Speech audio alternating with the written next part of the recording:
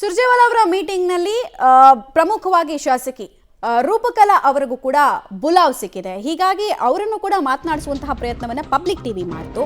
So ಅವ್ರು ಏನೇನು ಹೇಳಿದ್ದಾರೆ ಅಂದರೆ, ಕೆಜಿಎಫ್ ಶಾಸಕಿ ರೂಪಾ ಶಶಿಕಲಾ ಅವರು ಹೇಳಿದಂತಹ ಮಾತು, ಸುರ್ಜೇವಾಲಾ ಎಲ್ಲ ಶಾಸಕರಿಗೂ ಸಮಯವನ್ನು ಕೊಟ್ಟಿದ್ದಾರೆ, ಅಭಿಪ್ರಾಯ ವಿಚಾರ ಹೇಳೋದಕ್ಕೆ ವೇದಿಕೆಯನ್ನು ಕೊಟ್ಟಿದ್ದಾರೆ, ಕೋಲಾರದ ಉಸ್ತುವಾರಿ ಸಚಿವರ ಬಗ್ಗೆ ಅಸಮಾಧಾನ ಇದೆ ಅಂದರೆ ತಪ್ಪಾಗತ್ತೆ, ಮುಜುಗರ ಉಂಟು ಮಾಡಬಾರ್ದು, ಬೇಸರ ಇದ್ದವರು ಪಕ್ಷದ ವೇದಿಕೆಯಲ್ಲಿ ಚರ್ಚೆ ಮಾಡಬೇಕು ಅಂತ ರೂಪಾ ಅವರು ಸ್ಟೇಟ್ಮೆಂಟ್ ಅನ್ನು ಕೊಡ್ತಾ ಇದ್ದಾರೆ. ಎಐಸಿಸಿ ಅಧ್ಯಕ್ಷ ಖರ್ಗೆ ಅವರನ್ನ ಭೇಟಿ ಮಾಡಿದ ಬಳಿಕ ಮಾತಿಗೆ ಸಿಕ್ಕಾಗ ಹೇಳಿದಷ್ಟು ವಿಚಾರಗಳು ಇವು.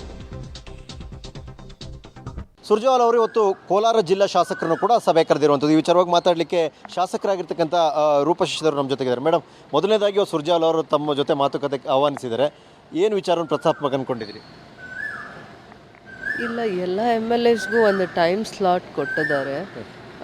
ಭಾಳ ದಿನಗಳಾದಮೇಲೆ ಫಸ್ಟ್ ಟೈಮ್ MLAsನ ಕರೆದು ಅವರ ಅಭಿಪ್ರಾಯನ ಮತ್ತು ಅವರು ವಿಚಾರಗಳಿಗೆ ಸಮಯ ಕೊಡಬೇಕು ಅಂತ ಆಲೋಚನೆ ಮಾಡಿರೋದು, ಅದನ್ನು ಐ ರಿಯಲಿ ಅಪ್ರಿಷಿಯೇಟ್. ಅದನ್ನು ನಾನು ತುಂಬ ಗೌರವಿಸ್ತೀನಿ, ಅವರು ಅವಕಾಶ ಕೊಟ್ಟಿರೋದನ್ನು. ಒಳ್ಳೆಯದಿದೆ, ಇದೊಂದು ಒಳ್ಳೆಯ ಬೆಳವಣಿಗೆ ಅಂತ ಹೇಳೋಕ್ಕೆ ಇಷ್ಟಪಡ್ತೀನಿ.